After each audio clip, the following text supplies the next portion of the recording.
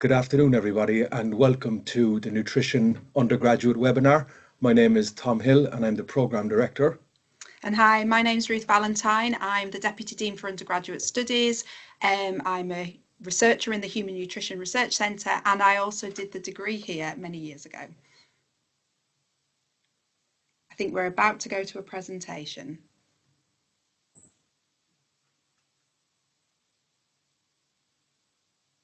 So we have two degree programmes in nutrition at Newcastle University in the School of Biomedical Sciences. We have the Food and Human Nutrition undergraduate programme, which is now in its 28th year. It's been going since 1991.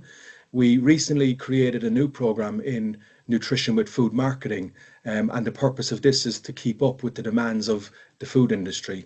And we also have a Nutrition and Psychology degree programme, which is actually based in the School of Psychology, and I will tell you a little bit about that as well today. So our degree programmes, we have a long-standing reputation with employers. We've been teaching nutrition for 26 years now at Newcastle University.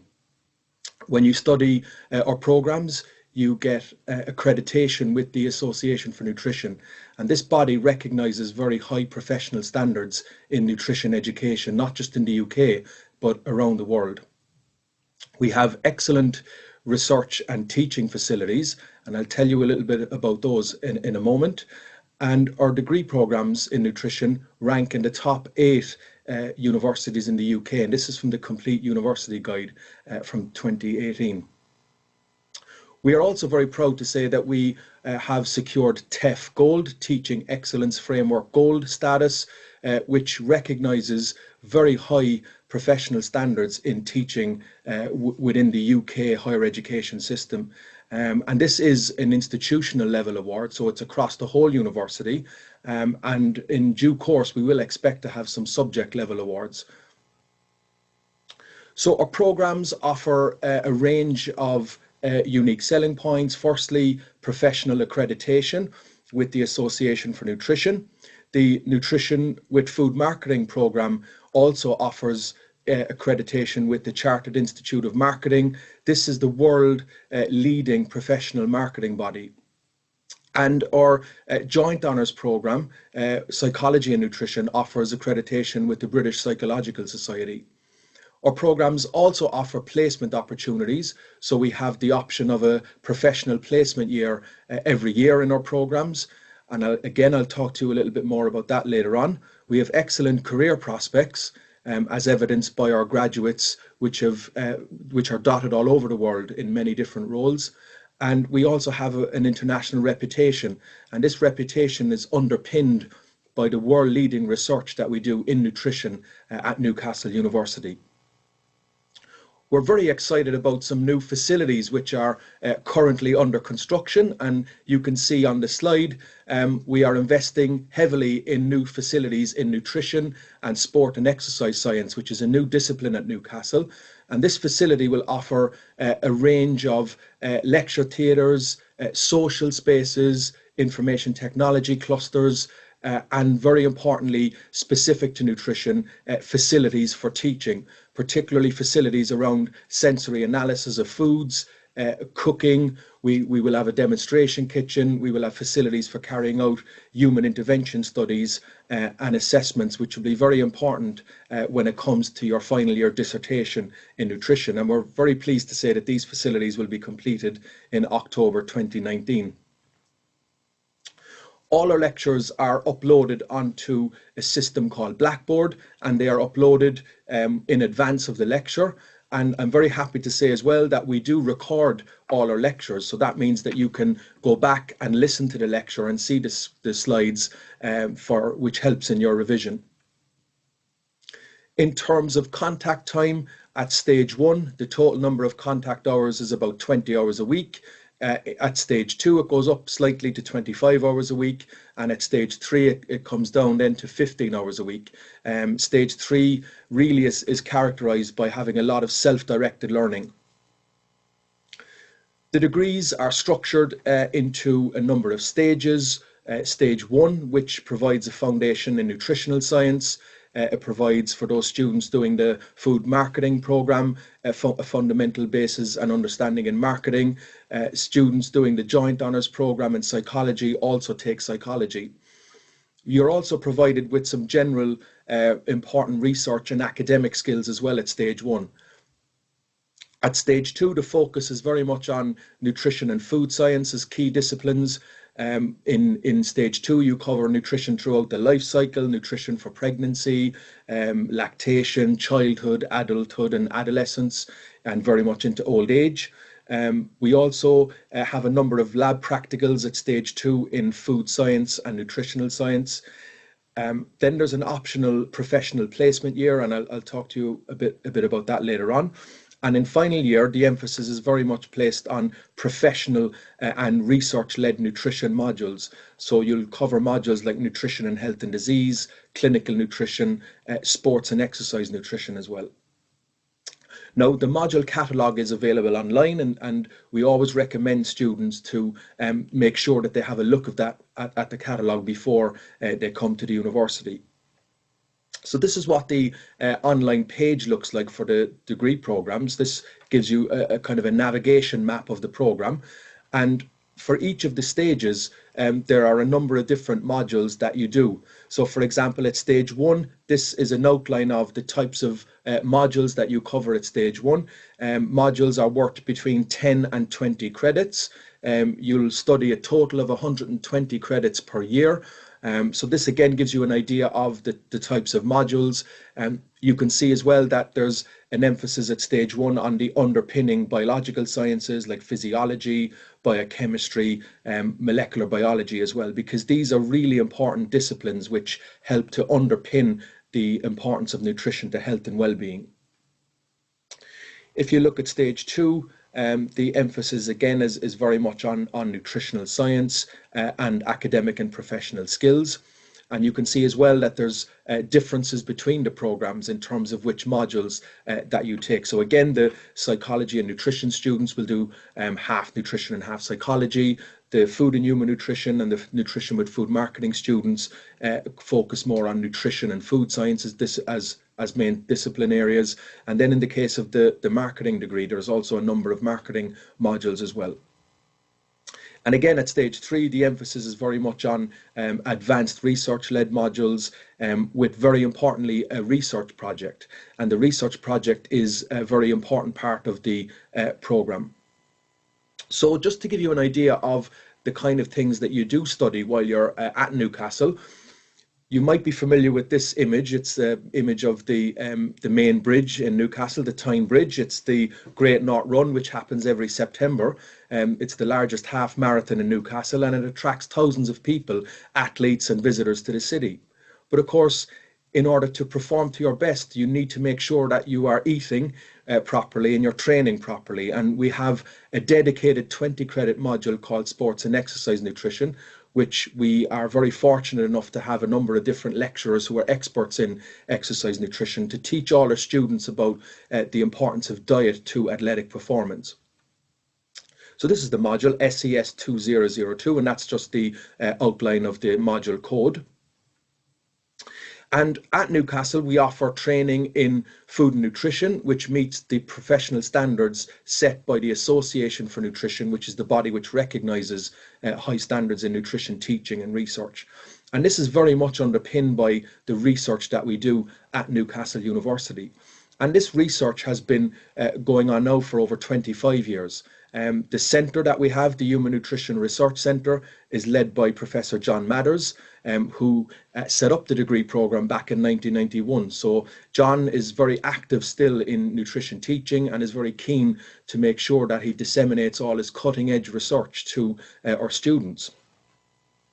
So as part of your final year at Newcastle, you'll take a research project. So this is a third of your overall mark. The purpose of this is to enable you to get a feel for doing real research. It's also to enable you to be self-reliant, but also to work as a member of a team, because in reality, all cutting-edge global research involves working as part of multidisciplinary teams. And you will also develop a range of important research skills as part of your dissertation.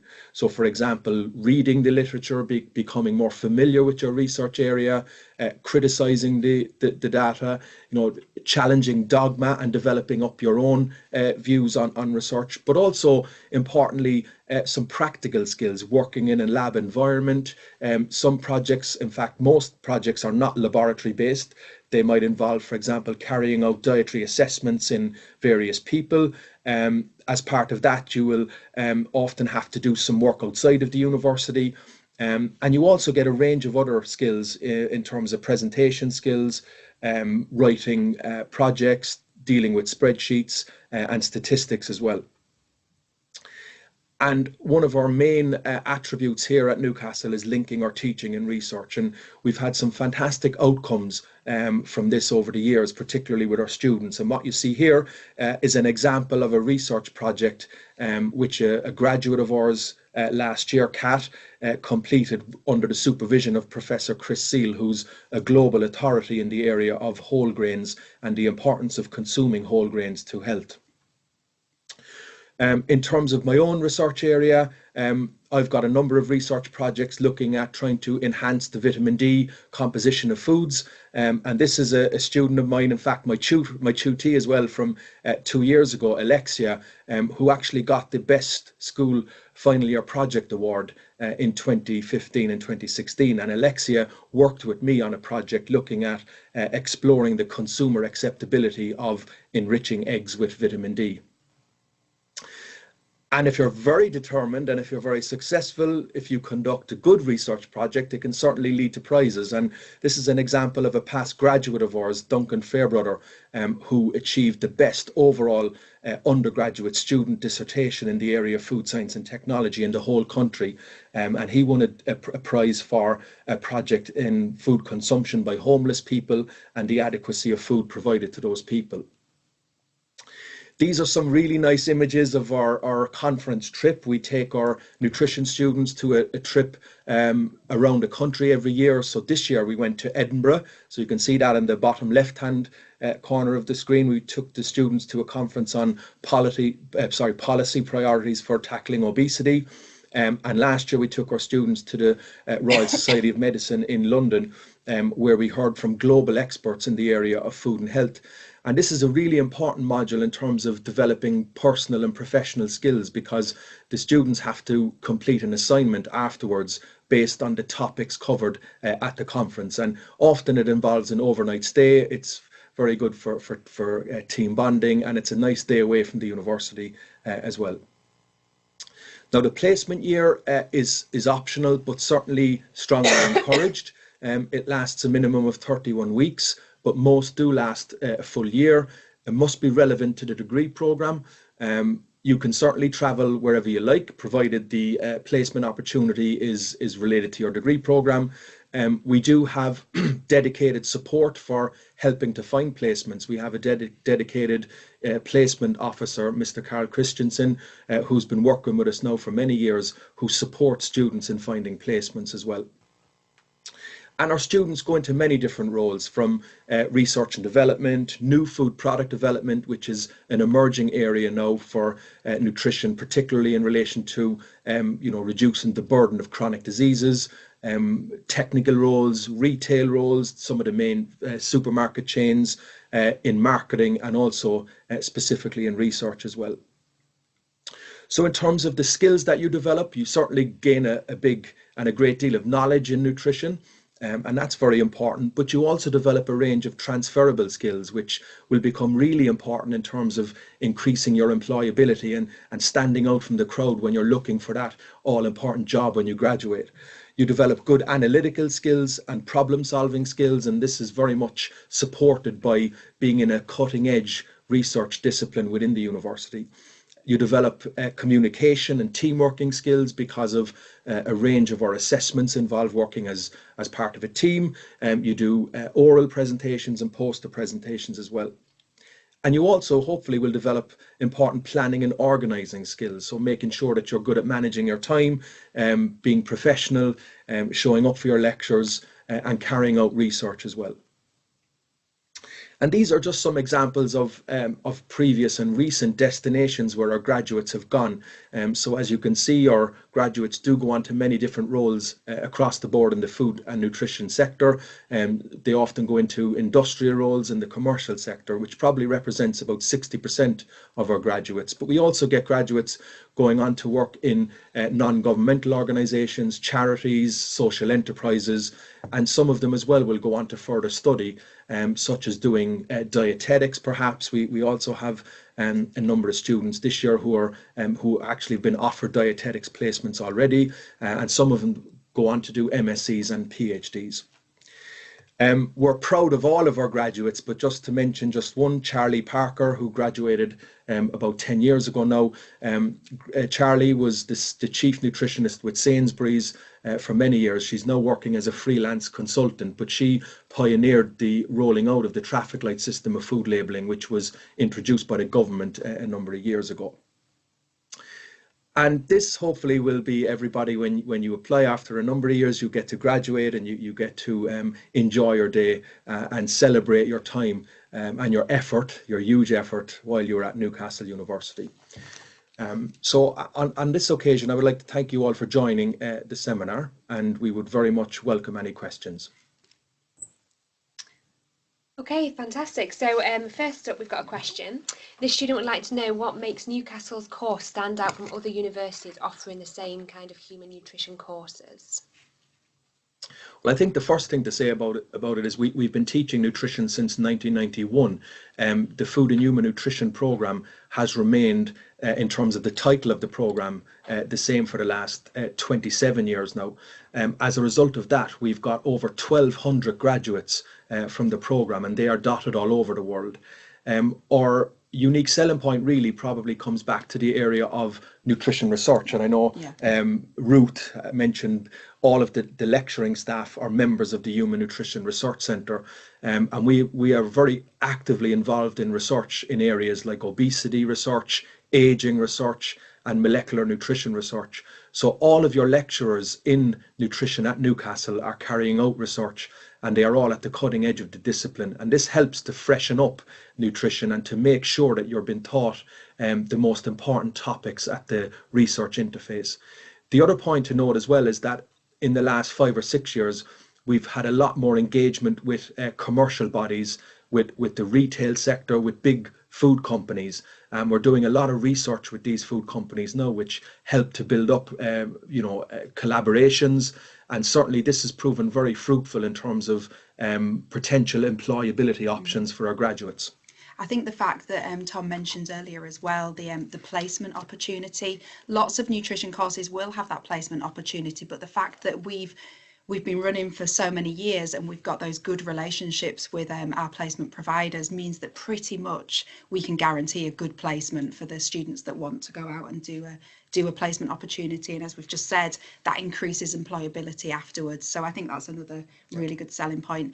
And Tom mentioned the researchers here that teach on the programme. We have some of the best researchers in nutrition, the key players that internationally are renowned for nutrition research, and they're the people that are teaching you on the programme. So I think that is a really big selling point. Okay, great. And we've got a student here who would like to know the difference between studying something like this and a food science course, and what's the difference between food science and food and human nutrition?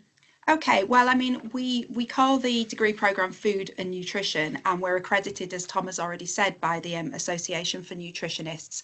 And as part of that, we do look at food science, and we talk about food production and all that side of it, but we're very much focused on human nutrition and the health benefits of nutrition and how that affects the body.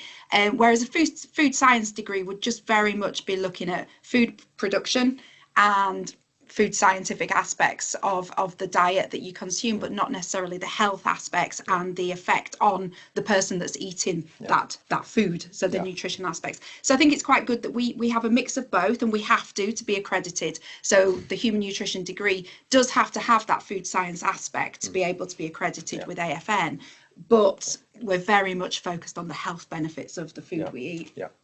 And just to build on Ruth's points as well, for us, it's very much a case of identifying the right amount of food science that our nutrition students need to know in order to go into careers in nutrition and food that can ultimately, well, I've already mentioned the chronic diseases that we're facing, obesity, diabetes, you know, the aging population, and very much so it's looking with, for example, stakeholders like the food industry to try and come up with nutritional solutions to these problems.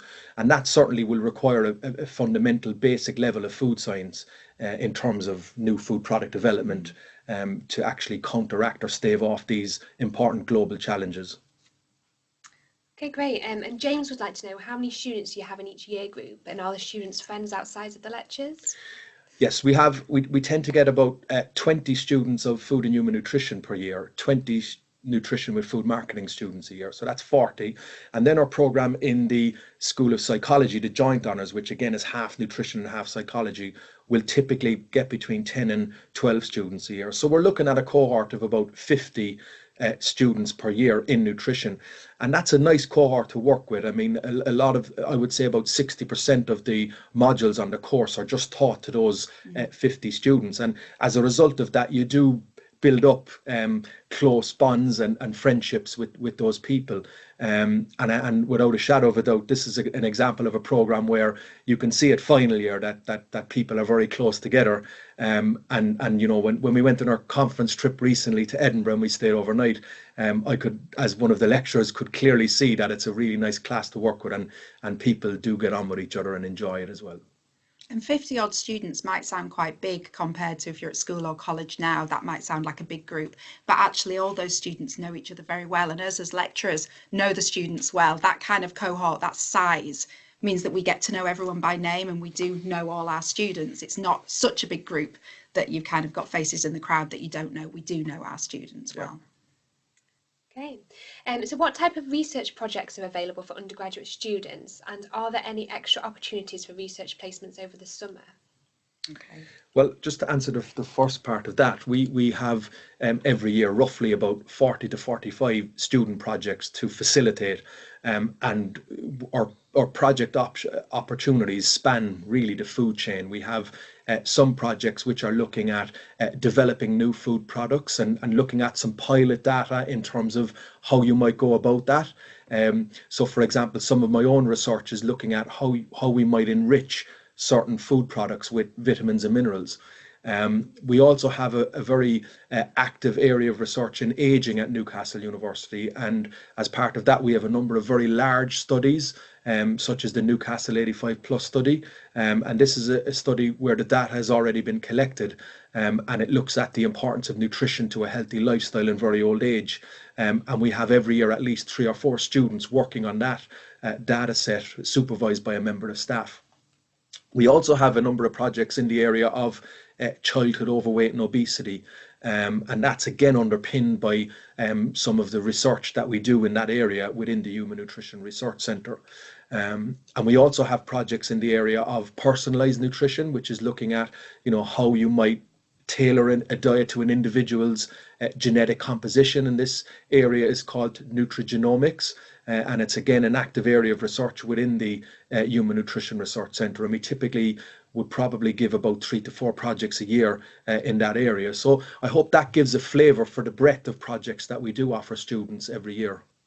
And then I think the second part of that question was whether there are other opportunities to do research, which yes, there are across Newcastle University, but we sign up to it very much so on the nutrition programme, is that we have vacation studentships. So that's between second year and third year, that students who want to and can apply to carry out a 6 to 8 week project over the summer holidays. And they're actually usually paid projects, so the student gets some funding to do that.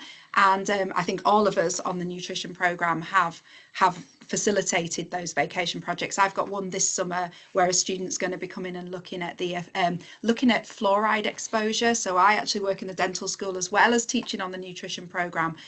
So fluoride, which is an everyday product that you get in dental products, but it's also found in the food that we eat, looking at how that exposure might affect health. So we all have different projects, and we're all available to talk to students to kind of develop their project ideas. And if there's something you're really interested in, we can help facilitate that. And the summer project is it's a good way of just getting a real taster really for the types of research projects that we carry out. And what opportunities do we have for students to study abroad? Okay, well, I mean, there are the opportunities to study abroad, as Tom already spoke about when he did the seminar. We have the placement year. Now, the placement opportunities tend to be in the UK, but if a student found an opportunity to go and carry out a placement outside the UK, that would be something that we could facilitate and help with. So there are opportunities to do that. Again, research projects could be facilitated abroad. If there was a research lab, we can help students to go and spend that research project time abroad. So there's lots of opportunities, and we're open to discuss and help the students to actually look into the different opportunities that are out there. Yeah. Fantastic. The student would like to know what happens if they don't quite get the grades on results day. Well, sorry, we're both looking at our piece of paper there. If you don't get the results on results day, what we would say is ring up our clearing hotline. So Newcastle University will have a clearing hotline there available on the website. Ring that up and get through to our admissions tutor and discuss what the grades are that you've got, and we'll see what we can do to help you. Fantastic. This student said they've heard that Newcastle has got some fantastic facilities, even including farms. Do the nutrition students get to use and see these facilities? Yeah, that we do have a module at stage 1 called From Farm to Folk, and that module is to look at the importance of food from its origin, from primary production on the farm, right up to the food chain itself, the consumer side, and then up to the consumption of effects on health. So as part of that module, which is actually a module operated by the School of Science and Engineering, of which agriculture is a part, our students do take that module, and it does actually involve some trips to the farm. It also involves teaching from a range of staff right across both departments. So in that particular module, there will be a heavy emphasis placed on the production of food, the kind of agricultural aspects of food, and this is becoming more important in light of, for example, some of the global issues to do with food sustainability, feeding the world's expanding population, of course the issues that are associated with dairying and beef production, under increasing pressure to reduce CO2 emissions.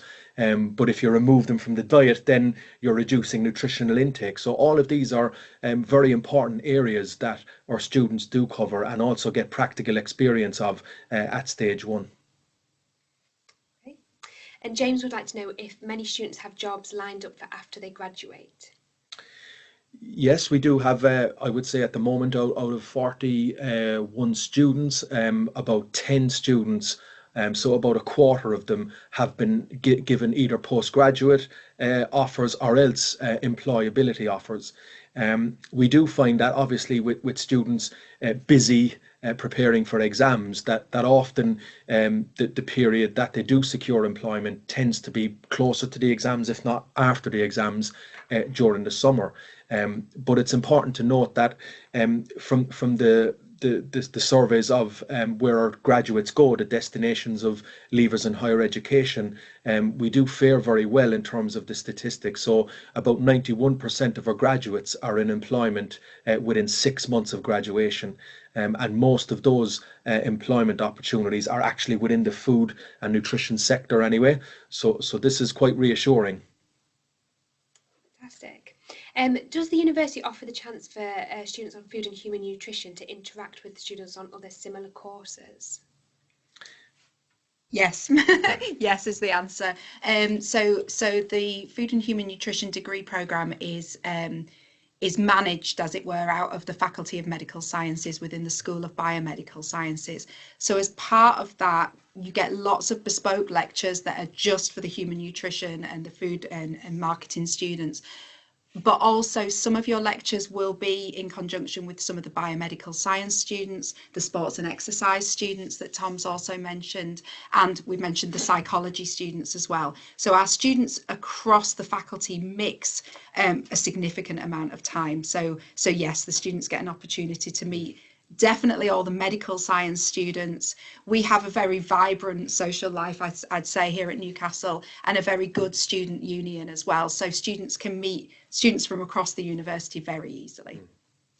I think adding to that as well, it's important to point out that not only is there good interaction between other areas and other disciplines, but also the teaching staff on the programme actually spans across the university, not just within the medical school. And that's because when you look at particularly food-based research, which includes food and nutrition, but also food production and the agricultural aspects, that's taught within the School of Science and Engineering. And we do have a number of lecturers within that area who do contribute to some of the teaching on our programs. Okay, what would be a good way to prepare for the start of the course? Well, we were discussing this actually before we went online, and I think the best way to prepare for the course is get your good A-level grades and enjoy the summertime before you come and join Newcastle University in September. I don't think there's any extra reading or anything that I would be saying you need to do before you actually come to Newcastle. I would say enjoy that summer and then come ready to start the programme and be really enthusiastic about it. And we will guide you once you're here on how to cope and transition to university. Yeah, I fully agree with that recommendation. Okay, so last question. The student would like to know what it's like to live in Newcastle. Well, I mean, I said at the beginning, I did this food and human nutrition undergraduate degree many years ago. I'm not going to admit how many years ago, but I stayed. I came up to Newcastle as an 18-year-old, and I've loved every minute. And as I say, I've not left. I think our students have a really good experience here. It's a city-based campus, so you're near the shops, you're near the bars, you're near the nightlife, which is great. But we're also only about 4 or 5 miles from the coast, so you can go out for walks on the beach. We're only about 4 or 5 miles from the Northumberland countryside. So I think we've got a bit of everything for everyone, which is really good. Cost of living, we're in the northeast of England, so we're relatively inexpensive compared to some of the other universities across the country. And I think that's obviously something all students are thinking about when they go to university. So I think we've got the best of everything, really. And we've got good rail links, good airport links, so you can get pretty much everywhere as well from here. But I would definitely say it's a great student life. We've got 2 university city campuses, ourselves and Northumbria University, so there are students everywhere throughout Newcastle. So it's a very student-friendly, student-vibrant city and a great place to live. And to add to Ruth's points, I think the other factor is that it's a very personable city because the people are very friendly. You know, there's a very personal experience when you go to a restaurant or a pub. You know, you can see that, and I think that's one of the biggest advantages of living in the Northeast is that sort of we're all individuals, and people do meet and greet, say hi, and that experience counts for a lot. Especially when you've come on your own and you don't really know anybody, it won't take you very long to settle in and feel like that you're welcome as part of being at Newcastle. So we hope and we will anticipate that will be the case. Yeah. Okay, fantastic. That's all of our questions. Okay, well, we hope that we've managed to answer all your questions and we've given you a lot of information in the seminar. But I know there is an availability. If you've got any questions afterwards, just email them through. Yeah. So thank you very much for joining us. We hope that you now have more information on our nutrition degree programs. But if you would like any more information, don't hesitate to contact us by either phone or email at our contact addresses. Thank you.